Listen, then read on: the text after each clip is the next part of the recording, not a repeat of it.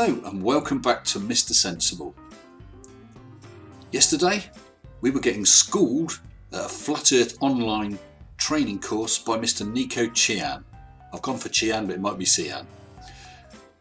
It was too much for us to learn in one day, so we had to split the training course, and today we shall complete it. I hope you enjoy, and I hope you've got your facepalm oven gloves ready. Roll. Now the lesson today is a 2-minute 12 long lecture on engineering. Go ahead, Nico. Engineering on flat globe Earth. Surveyors, engineers and architects are never required to factor the supposed curvature of the Earth into their projects. Well, most projects wouldn't need to take into account the curvature of the Earth. If you're building, a shopping mall, why would you need to take in the curvature of the Earth? It would have to be a mega structure. And actually I think you'll find that the curvature of the Earth does come into some of the mega structures, like some of the big suspension bridges. The very tops of the towers are slightly further apart than the bottom, purely because of the curvature of the Earth. Canals, railways, bridges and tunnels, for example, are always cut and laid horizontally, often over hundreds of miles without any allowance for curvature. I think that might be your problem. Yes, if you're laying a railway, you want it to be level or as near as, because locomotives can only cope with certain gradients. But what's level? You seem to be thinking that because it's the curve of the Earth, you're going downhill again. You're not. You're always following a level. For instance, let's say you were running a railway around the coast. It would always be at sea level. But if that railway goes around the coast of the UK, between the very bottom and the very top of Scotland, there is curve of the Earth. But that railway has always been level at just above sea level. The Suez Canal connecting the Mediterranean with the Red Sea is 100 miles long without any locks, making the water an uninterrupted continuation of the two seas. When constructed, the Earth's supposed curvature was not taken into account. It was dug along a horizontal datum line 26 feet below sea level, passing through several lakes from one sea to the other, with the datum line and water surface running perfectly parallel over 100 miles. Yes, it's all staying at the level of the water. If there was a hill, you'd have cut through the hill. Where there's a dip, that's where there'll be one of those lakes. But if you were to take an orthographic view of it, it's following a curve of the Earth. The level of the water is always exactly the same distance from the centre of the Earth. And further beyond this, engineer W. Winkler was published in the Earth Review regarding the Earth's supposed curvature. I'll stop you there. Just have a look, everyone, at the first sentence. In an article on scientific falsehoods in Earth Review, October 1893. Earth Review was a publication that ran for about 4 or 5 years, and it's all in connection with that utter quack, Dr., who may not be, Dr. Samuel Burley Rowbotham, he of the Bedford Level experiment fame. What's more, if I take you to a sample of Earth Review, you can see you've got the title, The Earth Not a Globe, and just below it, to him that stretched out the earth above the waters, for his mercy endureth forever. Psalms 1366. Basically, this was a bunch of Christians who didn't like the whole fundamentalists. They didn't like the earth being thought of as a globe, because that conflicted with their fundamentalist religious belief of a flat earth and 4 pillars and 4 corners and whatnot. Dr. Rowbotham and his lot were just utter quacks. It's no good appealing to pamphlets from 130 years ago, when we can take photos of the whole frickin' Earth from space. Anyway, let's let you continue with your glorious lecture. Stating, as an engineer of many years standing, I saw that this absurd allowance is only permitted in school books. No engineer would dream of allowing anything of the kind. I have projected many miles of railways and many more of canals, and the allowance has not even been thought of, much less allowed for. This allowance for curvature means that it is 8 inches for the first mile of a canal and increasing at the ratio by the square of the distance in miles. Thus, a small navigable canal for boats, say 30 miles long, will have, by the above rule, of an allowance for curvature of 600 feet. This whole thing of 8 inches per mile is again from Samuel Burley Rowbotham's time.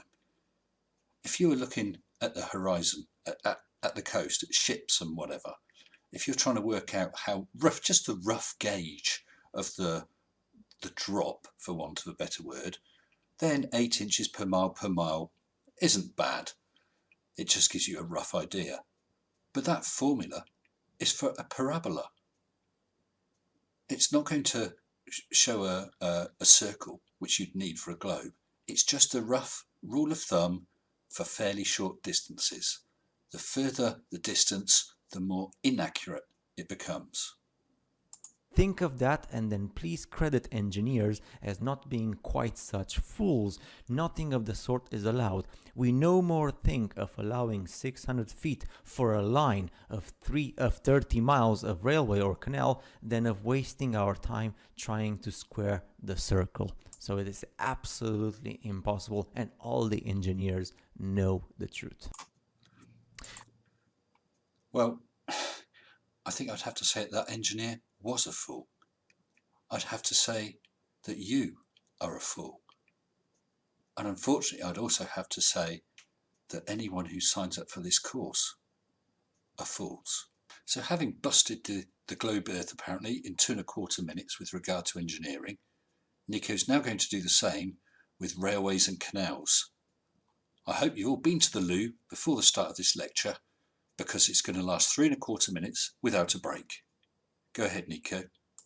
Flat Earth railways. So, the London and North Western Railway forms a straight line 180 miles long between London and Liverpool in the UK, right?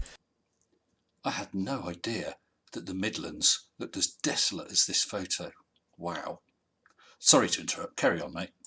So, the railroad's highest point, midway at Birmingham Station, is only 240 feet above sea level. Now, if the world were actually a globe, however, curving 8 inches per mile squared, the 180 mile stretch of rail would form an arc with the center point at Birmingham Station, raising over a mile, a full 5,400 feet above London and Liverpool. And that's not the case.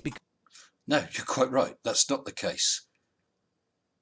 If you drew a chord between the start and the end point, that bump, that hump is probably what you said. I had no idea. But there's only a difference of tens of feet from the centre of the Earth. So the high point being Liverpool, was it Liverpool, Manchester, whatever, Birmingham, I don't know, is 240 feet higher, 240 feet further away from the centre of the Earth, which means from end to end you've got to climb on average a distance of 240 feet and drop again 240 feet. That's not in a sudden hump. That's spread over the entire length of that rail route, assuming all your figures are correct. Because between London and Liverpool, everything is flat. Furthermore to this, a surveyor and engineer of 30 years published in the Birmingham Weekly Mercury stated the following. I'm going to stop in there. I had a look and tried to find out about this Birmingham Weekly Mercury. There's very little online, so I had some suspicions that it might be quite old. But let's carry on. I am thoroughly acquainted with the theory and practice of civil engineering. However, bigoted some of our professors may be in the theory of surveying according to the prescribed rules, yet it is well known amongst us that such theoretical measurements are incapable of any practical illustration. All our locomotives are designed to run on what may be regarded as true levels or flats. There are of course partial inclines or gradients here and there, but they are always accurately defined and must be carefully traversed. But anything approaching to 8 inches in the mile, increasing as the square of the distance, could not be worked by any engine that was ever yet constructed, in capital letters. Well, he's got his quote right. With my digging around, I managed to find it. Here you go. So here's the quote. I'm thoroughly acquainted with the theory and practice, yada, yada, yada. Birmingham Weekly Mercury, February 15th, 1890. Unbelievable. Why is it that flat earthers keep having to rely on texts that are well over 100 years old? They regard this as the latest science? I don't know. Carry on then, Nico. Let's get this over and done with. Taking one station with another all over England and Scotland, it may be stated that all the platforms are on the same relative level, and the UK is quite big. The distance between eastern and western coasts of England may be set down as 300 miles. If the prescribed curvature was indeed as represented, the central station at Rugby or Warwick ought to be close upon 3 miles higher than a cord drawn from the two extremities. If such was the case, there is not a driver or stoker within the kingdom that would be found to take charge of the train. We can only laugh at those of your readers who seriously give us credit for such venturesome exploits as running trains round spherical curves. Only laugh. I wonder who's being laughed at right now for accepting all this tripe, for not understanding really quite simple geometry. Come on, Nico. You're not selling this course very well. Horizontal curves on levels are dangerous enough. Vertical curves would be 1,000 times worse, and with our rolling stock constructed as at present, physically impossible. And let's finish this with what happened with the Manchester Ship Canal Company publishing in the Earth Review, stating, hold on, that's that same Earth Review. The Zetetic stuff all connected with Samuel Burley Rowbotham, all designed to try and back up religion. It is customary in railway and canal constructions for all levels to be referred to a datum which is nominally horizontal, and it is so shown on all sections. It is not the practice in laying out public works to make allowances for the curvature of the earth. Bam. Bam. Bam. I don't think it's really very bam. I think your level of bam is fail. Well, we've got one final course to look at.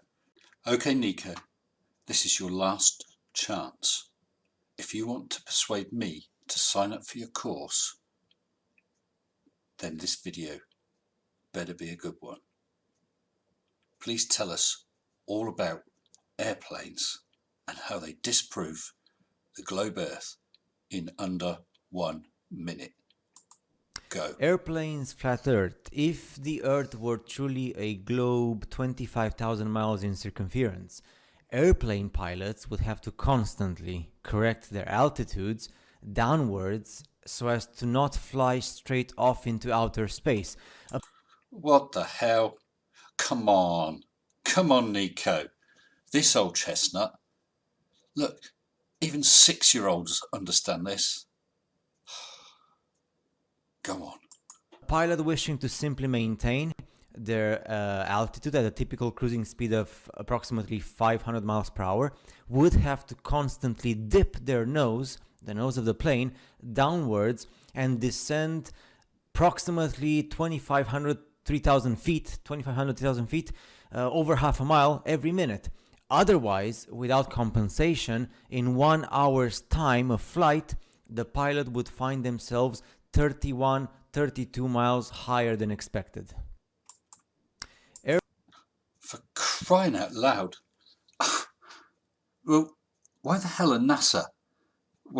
did NASA build the Saturn V's and those other rockets? Why the hell are SpaceX and Virgin Galactic spending millions and millions and millions of dollars trying to get payloads into orbit, when all they have to do is take a plane and not dip them nose down and find themselves in outer space? Nico, for your course, I grade you an F-. Having seen the preview videos to Nico's wonderful course at this bargain price of £10.99, just over $13, and you still consider that you could learn something from him, then you can purchase entry to his course at udemy.com/flat-earth-school. You do get a 30-day money-back guarantee, 1 hour on-demand video, full lifetime access. You can access it on your mobile and TV, and you get a certificate of completion. Isn't that nice? Well, that's it for today. Thankfully, we've gone through all of his preview videos that were aimed at selling his course to you. I'm afraid I'm not convinced, so I won't be signing up. But of course, you're quite welcome to. And don't forget, you get a certificate, although I don't think I would show any employers that certificate. Hope you've had fun today. Look forward to seeing you all next time. If you haven't already, please consider subscribing. Just hit the little ball in the corner and hit that notification bell so you get alerts for new videos. The Retarded Cheese Conspiratard Awards are up and running. Nominations are currently open. And also, I'd like to say I recently announced Mr. Sensible Live. In a few days' time, the first proper Mr. Sensible live show will launch. I'd like to see you there. So, have a great day. See you all soon, and stay sensible. Shut up and sit down.